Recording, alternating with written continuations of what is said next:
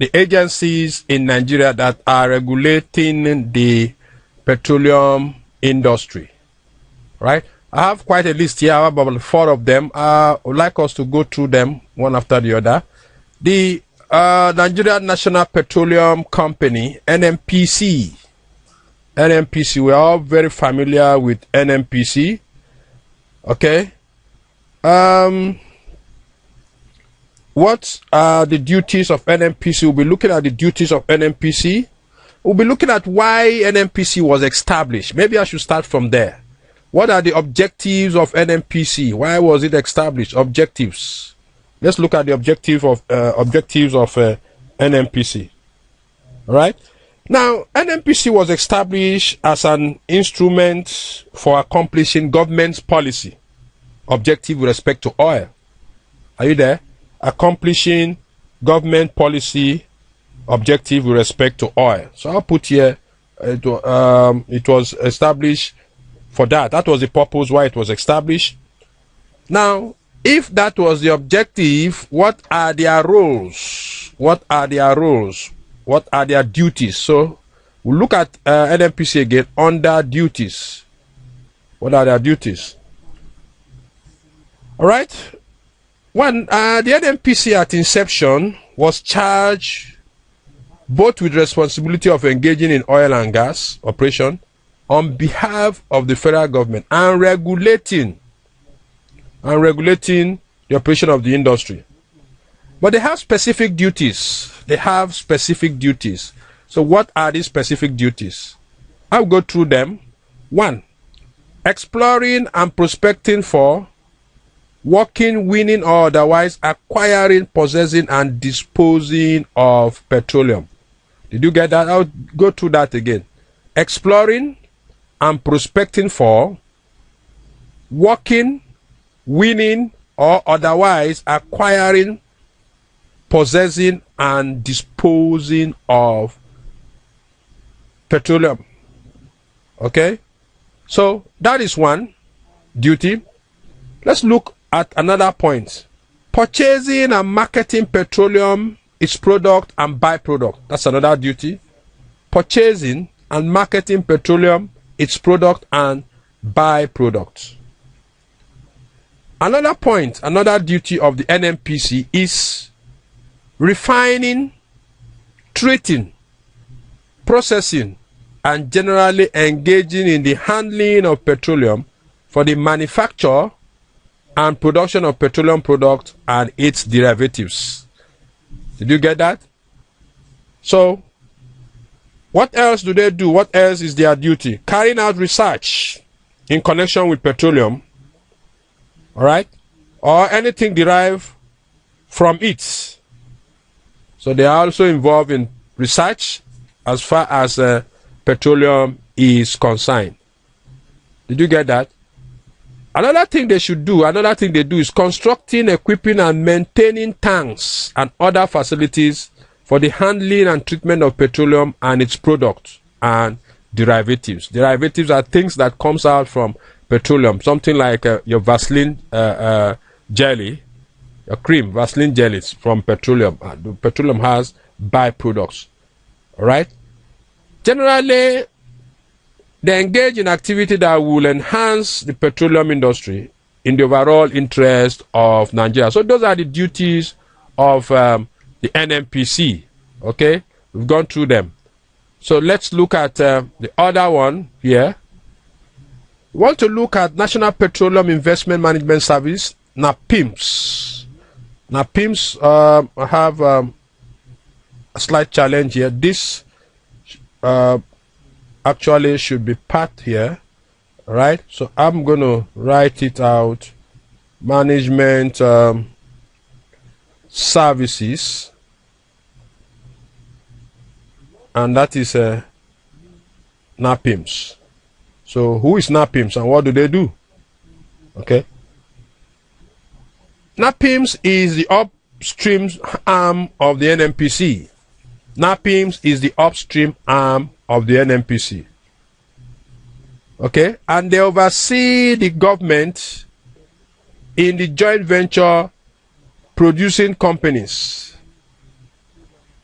Are you there? So they represent the government in the joint venture producing company. Remember, we talked about joint venture somewhere there. All right. The production sharing companies contract and the other one, risk service contract. NAPIMS is also engaged in exploration services. Are you there? They are also engaged in exploration services. Basically, their role, their duties are to maximize petroleum profit tax. To maximize petroleum profit tax. I think I should put that there. Maximize petroleum profit tax. Petroleum profit tax. Okay. Maximize petroleum profit tax. And guarantee a high rate of return through efficient cost reduction scheme. And guarantee a high rate of return through efficient cost reduction scheme. They also ensure that a reserve base is maintained and that reserve targets are met. All right. For the Department of Petroleum Resources, they actually took over the activities of the former Petroleum Inspectorate Division of the NNPC. Okay. The DPRO is charged with the supervision of all operation. They are charged with supervision of all operation. They are in charge supervision, okay, of all operation. Right? All operation carried out under the licenses and lease in the petroleum industry. The DPRO is generally known as the agency that registers all company. That's the agency that registers all company seeking to carry out business in the oil and gas industry. Right? And you know what that means? Usually they register companies, all your fuel stations, petrol stations, has something to do with the DPRO, Department of Petroleum Resources. Okay? So, I think that's okay with the regulatory agencies. So far, so good. Sector, although we have dwelled on two of these items before, remember, we have talked about production sharing contract. Okay, we've talked about production sharing contract. This is where we are supposed to have talked about that, but we have talked about these ones already. So, basically, I'm going to look at these two, this and this for now. Joint venture arrangement. Joint venture arrangement. What is it? What is this all about? Okay, what is the joint venture arrangement? Of course, there are two types. First, we have to know that there are two variants of this arrangement. Of course, it's an arrangement, but they have two types. So let's look at the two types. One, we have the one. It is equity share participation arrangement. Equity share participation. Okay, and then what about the second one? The second one is non-equity share participation. Before we now try to see what they are all about. Non-equity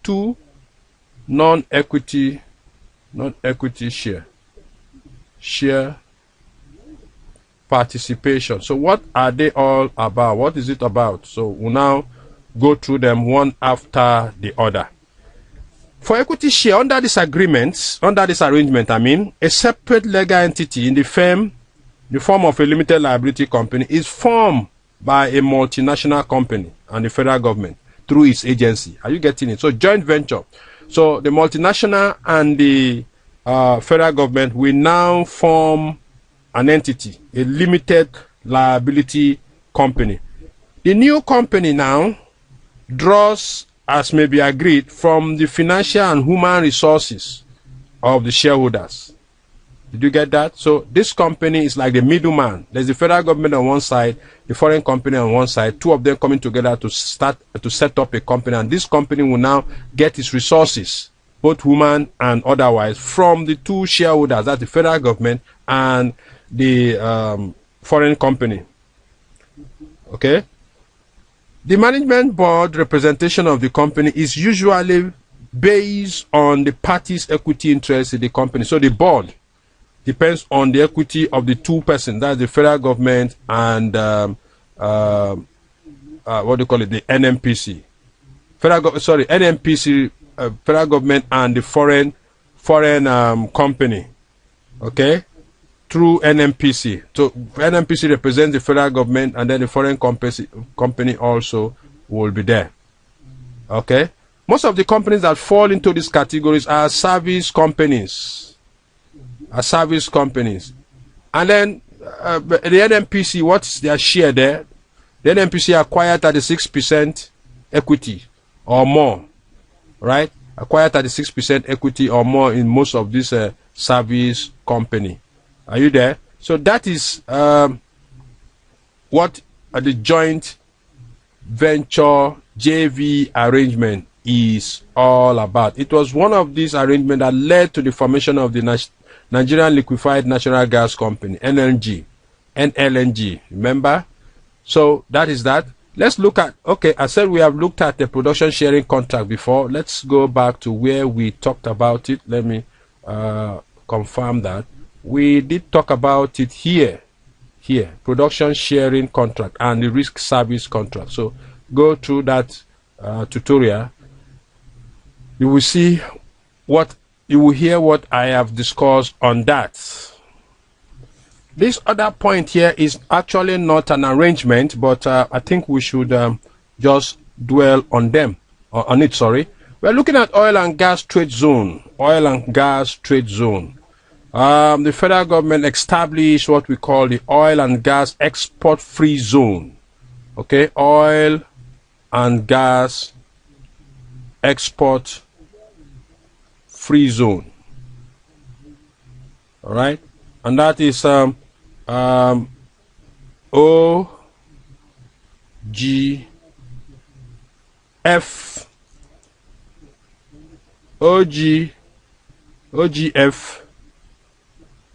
EFZ, sorry, oil and gas export free zone. What is this zone about? What are the incentives available to this zone? All right, so that's what we'll be looking at for the zone. Now, it was the acts that established the zone was Act number 8 of 1996. Act number 8 of 1996 established an oil and gas export free zone. All right. Now, the incentive available to enterprises was just an incentive kind of thing, trying to give incentive out to enterprises that are operating within this zone. Okay. There were certain incentives that were given to them that were available to those that operate in the oil and gas export free zone. What are they? They include the following: all approved enterprises shall be entitled to import into the zone free of custom duty. Did you get that? Any enterprise or company that is within that zone, okay, the area that are declared as oil and gas export free zone, companies there can import free of duty, custom duty, capital goods, customer goods, consumer goods, raw materials, component or articles to be used in carrying out an approved activity, or for construction, alteration, reconstruction, extension, or repair. What happens here is this.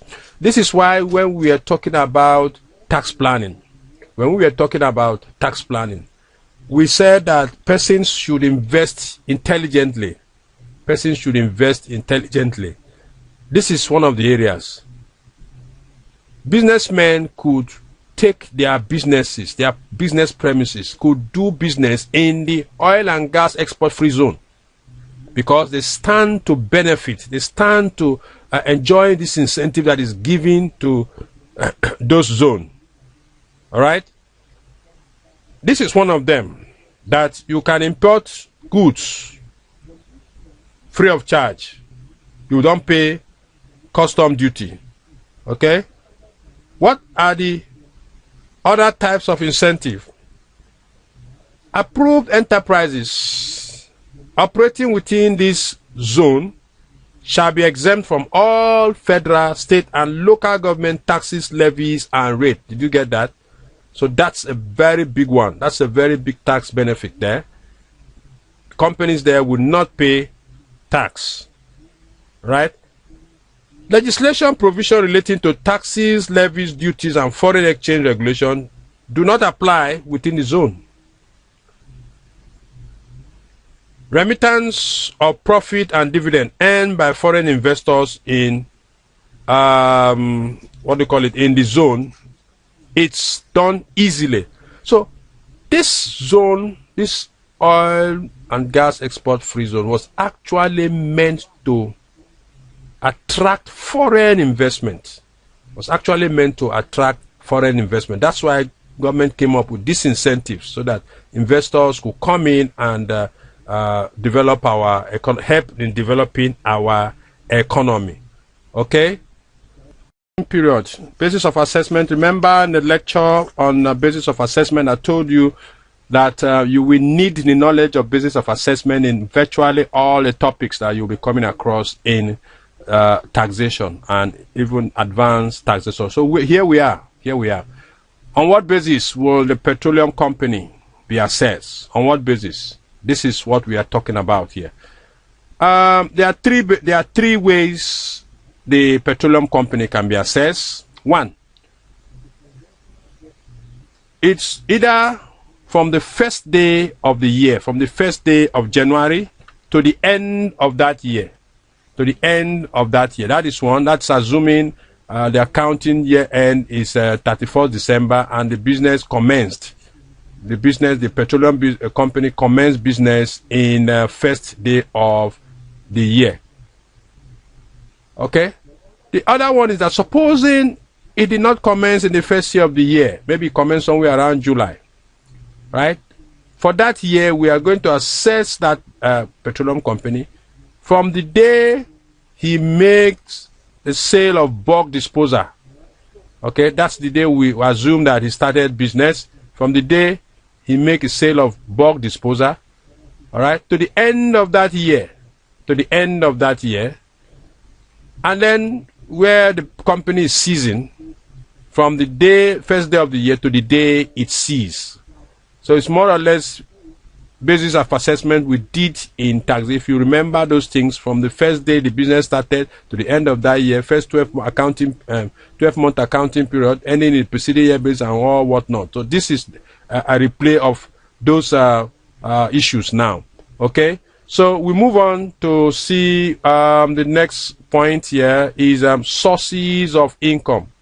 Sources of income. I think we are going to spend some time here. Sources of income. How to calculate, how to compute this income there. We are looking at the sources of income of a petroleum company, and we have four of them. From the sale of crude oil, all right, chargeable oil disposed, natural gas sold, and other income. So here we go. Proceed of sale of crude oil. What's the meaning of that? The proceed of sale of crude oil is obtained by multiplying the number of barrels produced by the selling price.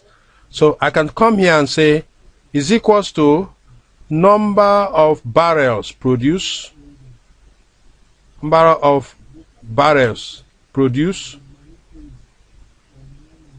okay, multiply by selling price. The selling price here is in quotes, so we need to explain what selling price is. It's in quotes. Now the selling price shall be the higher of actual selling price and adjusted posted price. Selling price again is equals to higher of, are you getting it? Higher of actual selling price. So there's something called actual selling price. There's another one called adjusted posted price. Actual selling price, okay, right? And the adjusted posted price. So what's adjusted posted price? We need to explain that again. Adjusted posted price. Adjusted posted price, or posted price itself, is the price free on board of crude oil of a given quality. Can I find a space to put that? I think I should do that here. Posted price. Posted price, right, is equals to, as much as possible, price, right, free on board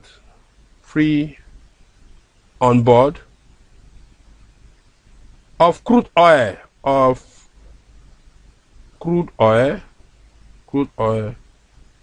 a given quantity, and quality and gravity of a given quality and gravity. Okay, so it is usually an agreed amount between the federal government, that is the NNPC, and the petroleum company. Okay, such agreements will provide for what? Will provide for adjustment in the posted price. That's why we come about adjusted posted price. Okay, depending on the gravity of the oil at the point of production. After adjusting the posted price, then the adjusted posted price will be used in computing the proceeds of sale. Okay, so that is that. We will appreciate this. I will bring in question. I will bring in a question that we have to show us how to arrive at this. Okay. Now let's look at value of chargeable oil disposed. Value of chargeable oil disposed. This one is relevant. It's relevant where the petroleum companies engage in refining, and the petroleum company supplies its refinery with crude oil. Are you there? The value of chargeable oil for the purpose of computing tax is the aggregate of the following. Did you get that? So in this case, one, there's a refinery, okay, and the refinery is being supplied crude oil. The company supplied refinery crude oils. Supply of crude oil. So we are now saying, what's the value of chargeable oil? The crude oil that is taken to the refinery, right, is what we see as a chargeable oil. And it's made up of a component, right? One, the value of the oil for the purpose of royalty. The value of the oil for the purpose of royalty. So you are going to bring in, under exam condition, if you want to compute your value of chargeable oil, you first bring up the value of oil for the purpose of royalty, if you have it in the question. All right. Cost of extraction of the oil. Cost of extraction of the oil. The cost of transportation and storage. The cost of transportation and storage. Cost of maintenance of pipeline. By the time you aggregate these four items, you will be having the value of chargeable oil disposed. Okay? And there is some technical aspect here that we need to talk about. We need to talk about this. For the value of oil for the purpose of royalty, the first one is obtained. That one, the value of oil for the purpose of royalty, is obtained by multiplying the number of barrels produced by the APP. What is APP? Adjusted posted price. After adjusting the number of barrels produced with internal usage by the company loss through evaporation and return to the field of operation for production. I think I would like to put down that your value for the value of oil, value of chargeable oil, the value of chargeable oil. Okay, sum up the following. I think this will help. Sum up 1. What are you? Oil for royalty. Oil for royalty. Sum up 1. Oil for royalty. So I'll come down and put, where is it? Oil for royalty. Oil for royalty. Royalty. Bring that in. Cost of extraction. 2. Cost of extraction. You will be given in the exam. Cost of extraction. 3. Cost of transportation and storage. 3. Cost of transportation. Transportation and storage. Okay, bring that in here. Number 4. Number 4 is cost of maintenance of pipeline. Cost of maintenance of pipeline. Sorry, I will have to go this way. Pipeline. Bring it up. So when you add all of them together, what you have is value of chargeable oil. Value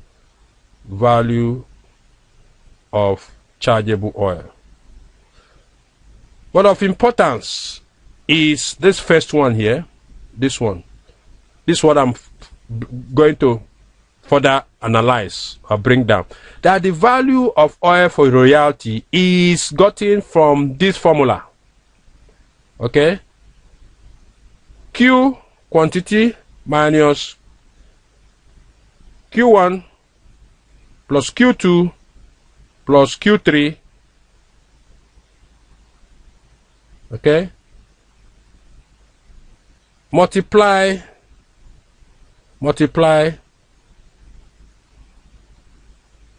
by APP.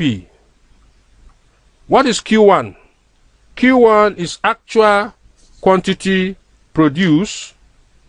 Q1 is actual quantity produced. Q1 is equals to actual quantity produced. Okay.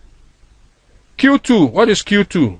Q2 is equals to return to the field, oil that was returned to the field. Sorry, what am I saying? Q1 is return to field. Q1 is return to field. We need to correct that. Q1 is return to feed. Q1 is return to feed. While Q is the actual oil produced. Q1 is return to field. Q is the actual oil produced. So Q1 is return to field. Q2, what is Q2? Internal usage. Internal usage, the oil that was used internally. Internal usage. All of this you can pick from a question. Q3, evaporation loss. The one that went through evaporation equals to evaporation loss. Evaporation loss. So this is how you will use this formula here, this formula, to get your oil for royalty. Okay, so that is that. All right.